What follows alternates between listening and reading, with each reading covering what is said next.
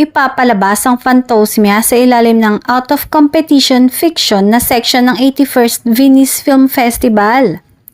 Ngayon nga ay nasa Venice, Italy ang aktres na si Janine Gutierrez para sa premiere ng Fantosmia. Sa Instagram ay nagpost ang aktres ng ilang larawan ng kanyang paghahanda para sa premiere night ng nasabing palabas. Makikita sa mga post ni Janine sa IG na nilike ito ng kanyang napapabalitang manliligaw na si Jericho Rosales. Puno ng papuri sa comment section ng aktres at nangunguna nga ang comment ni Jericho para sa kanya.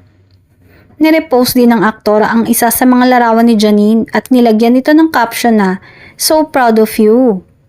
Halata namang proud talaga ang aktor sa kanyang iniibig dahil nakasubaybay ito sa lahat ng kaganapan ng aktres.